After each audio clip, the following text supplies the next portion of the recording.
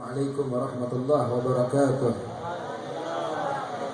Alhamdulillah wassalatu wassalamu ala sayyidina Rasulillah Sayyidina Muhammad ibn Abdullah wa ala alihi wa sahbihi wa man wala man la nabiyya ba'da. Alhamdulillah, kita berkumpul pada malam hari ini di majlis yang penuh keberkahan dari Allah Subhanahu wa taala, di majlis yang penuh dengan pandangan Allah, di majlis yang insyaallah menjadi majlis yang akan suatu tanda-tanda kegembiraannya Rasulullah sallallahu alaihi wasallam. Dan alhamdulillah, ini majlis menjadi majlis yang bertambah barakah dengan kedatangan para habaib kita, para kiai kita, para kesepuhan kita, yang insyaallah perkumpulan kita pada malam hari ini menjadi perkumpulan akan Allah Ta'ala mengampuni segala kesalahan kita, Allah Ta'ala mengangkat derajat kita, Allah Ta'ala mempermudah segala urusan kita dengan berkat Nabi besar Muhammad sallallahu alaihi wasallam. Ayat ahbab yang dimuliakan oleh Allah Subhanahu wa Ta'ala, tadi guru kita Da'ilallah Al-Habib Jindan bin Naufal bin Salim bin Jindan, beliau menyampaikan, mengajak kepada kita sekalian untuk senantiasa membawa Nabi Muhammad ke rumah kita,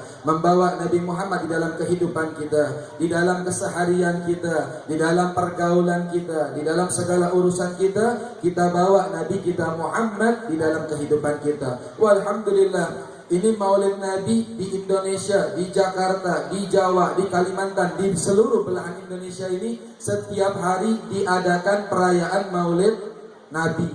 Maulid Nabi nggak pernah kurang.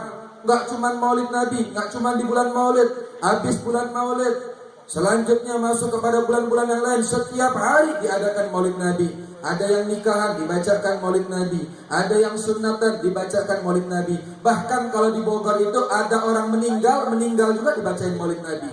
Saking mereka ingin menghadirkan Nabi di dalam kehidupan mereka. Ini alhamdulillah. Namun harapan kita dan tujuan kita bukan dan tidak lain.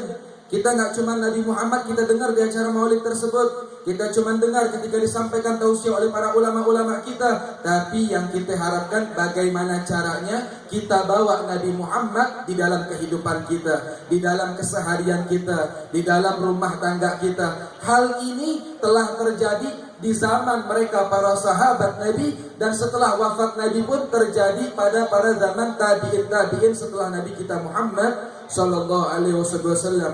Itu diceritakan ketika di zaman Khalifah Sayyidina Abu Bakar As-Siddiq radhiyallahu anhu warḍakum ajmain. Ini di zaman Sayyidina Abu Bakar As-Siddiq ini ada seorang anak kecil. Ini anak kecil umurnya baru 7 tahun.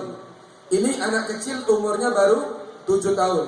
Setiap hari di rumahnya itu diceritakan oleh ibu dan bapaknya cerita siapa Nabi Muhammad, bagaimana akhlak Nabi Muhammad, bagaimana keseharian Nabi Muhammad, bagaimana indahnya wajah Nabi Muhammad, bagaimana kelembutan Nabi Muhammad, bagaimana kecintaan Nabi Muhammad kepada kita selaku umatnya, sehingga setiap hari yang didengar oleh keluarganya tidak bukan dan tidak lain sebaik-baiknya idola, yaitu Nabi Muhammad sallallahu alaihi wasallam. Maka diceritakan ini anak ketika dia salat subuh bersama orang tuanya. Selesai salat subuh, Sayyidina Abu Bakar memberikan iklan, pengumuman, wahai para sahabat-sahabatku, wahai para pemuda, wahai para orang tua, insyaallah besok kita akan mengadakan perang untuk memberantas para murtadin, orang-orang yang telah murtad. Besok kita bakal mengadakan perang.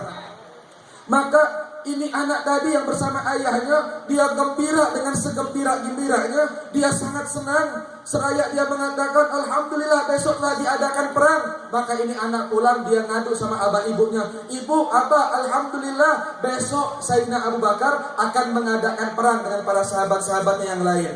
Terus ibunya nanya, kenapa ente senang? Iya gimana gak senang? Ane mau ikut perang bersama Sayyidina Abu Bakar As-Siddiq. Maka ibunya mengatakan, nak, umur kamu ini masih kecil, umur kamu ini masih 7 tahun, lakukan ibadah yang lain, lakukan amalan yang lain. Bukan ibu melarang engkau untuk berjihad, tidak, tapi umur engkau ini belum waktunya untuk berjihad di jalan Allah Subhanahu wa taala. Ketika mendengar ibunya melarang karena cinta kepada anaknya, maka ini anak dia langsung menangis sejadi-jadinya. Dia menangis. Maka orang tuanya mengatakan, anak kalau nangis gak bakal lama. Kayak kita kalau punya anak di rumah, kita ajak ke pasar ngelihat mainan, minta belikan, kita nggak belikan, dia pulang dia bakal nangis. Tapi nangisnya nggak lama.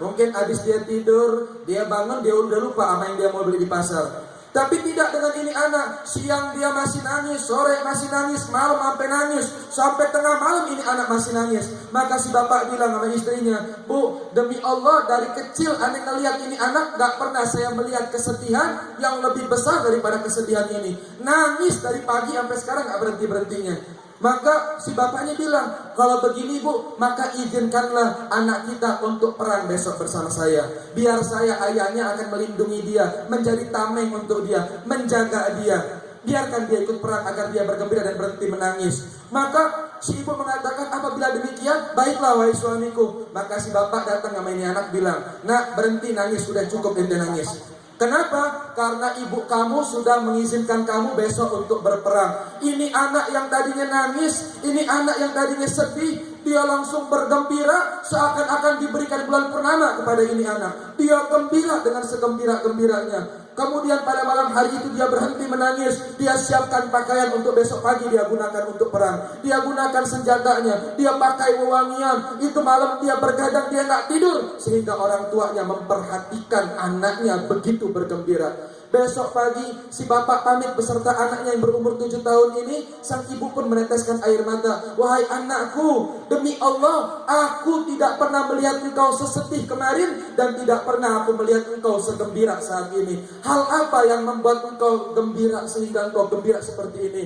Maka si anak tersebut, dia memeluk ibundanya. Kemudian dia membisikkan di telinga ibundanya, wahai ibu, demi Allah, selama ini engkau telah mengiris-iris hatiku dengan perasaan rindu, dan cinta dengan Nabi Muhammad sallallahu alaihi wasallam. Engkau ceritakan tiap hari tentang Nabi Muhammad. Ingin sekali arwahku bertemu Nabi Muhammad. Ibu, setiap malam aku bermimpi memandang wajah Nabi Muhammad, tapi belum cukup sampai arwahku bertemu dengan arwahnya Nabi Muhammad. Dan aku tidak mempunyai hal apapun, tidak mempunyai tujuan apapun, melainkan agar aku cepat bertemu Nabi Muhammad. Aku ikut berjihad di jalan Allah, tidak mengharap menang, tidak mengharap kalah, tapi yang aku harapkan agar aku mati di dalam peperangan tersebut, sehingga aku dapat bertemu dengan Nabi Muhammad sallallahu alaihi wasallam. Ini umur 7 tahun sudah mengenal hakikatul mahabbah kepada Nabi kita Muhammad sallallahu alaihi wasallam.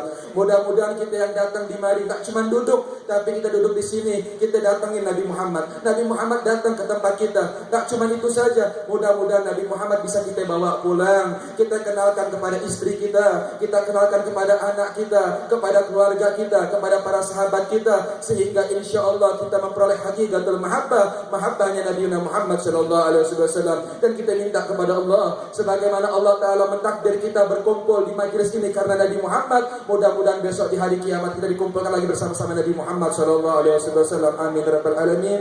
Hadzal kalam intisal anwar wa afu minkum. Assalamualaikum warahmatullahi wabarakatuh.